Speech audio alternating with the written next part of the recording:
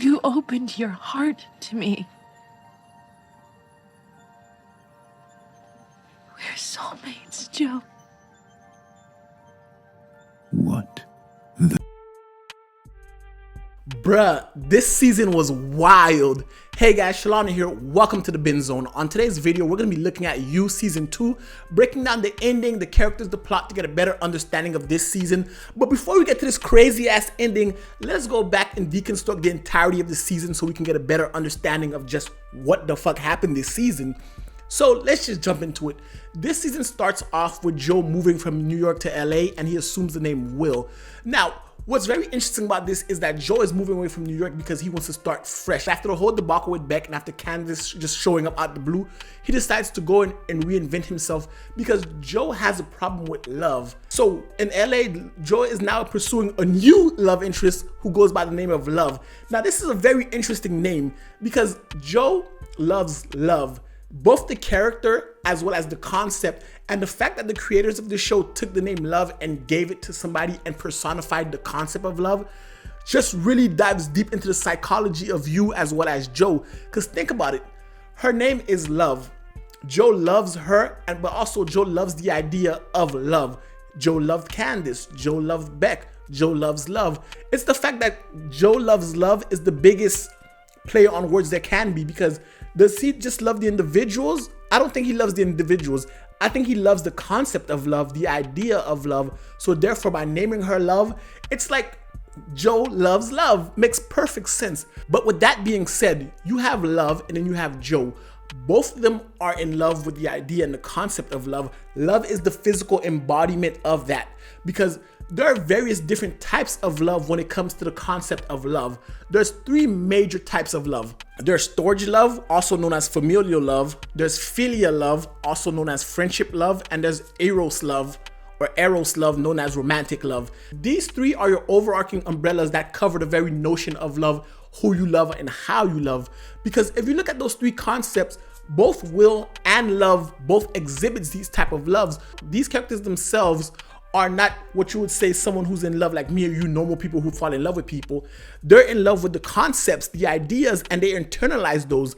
And I can give three great examples of all these different types of love. For example, when it comes to storge love or familial love, you see that Love loves her brother 40 so much that she's willing to go above and beyond and actually kill her babysitter who sexually assaulted him when he was younger. And you take that and you flip it to Joe, who was willing to kill his mother's boyfriend for abusing her. So these guys are willing to do some irrational things for the people that they love, familial love. And these are things that me, you, we would all do. This is one aspect of love. And you have the other aspect of love, which is philia love, which is friendship love. And that's what Joe does for people he loves, such as when he killed Hindi because of his love for Delilah and her sister Ellie in order to protect them. Now it's funny that Joe's able to express these different types of love. However, the character of Love doesn't seem to have any familial love because she doesn't go above and beyond irrational for the people that she considers friends. She doesn't kill anybody for her friends, while Joe does. And then you have the final love, which is the romantic love, which is the love that Joe's been searching for, which is the love that Love embodies. Joe and Love both go above and beyond for this type of love, this eros love. Joe killed Beck because of the lack of romantic love, and Love kills Candace as well as Delilah, who were two thorns in her side when it comes to actual loving each other. But then when you hold this mirror, Love understands these sacrifices must be made in order for her to be with Joe. However, when it comes to Joe, Joe sees himself as the good guy. So when he sees himself reflected in Love, he realizes that this isn't love. This is not who he wants to be. And the final episode where shit gets crazy is when they're in the cage, where Joe goes, I now understand where Beck was coming from. Because now that he's in a cage, he realizes this isn't love. This isn't what love should be or how love should treat the person that they love. Both the character and if you love somebody, you don't treat them that way. But Love doesn't see that yet. So now you have Joe having somebody that wants him unconditionally, him realizing that's not what he wants, yo. That's not what he wants. But Love is already committed. Love is Joe. Think about it this way. Season 1, Beck finds out Joe is this crazy, maniacal, serial killer type of guy.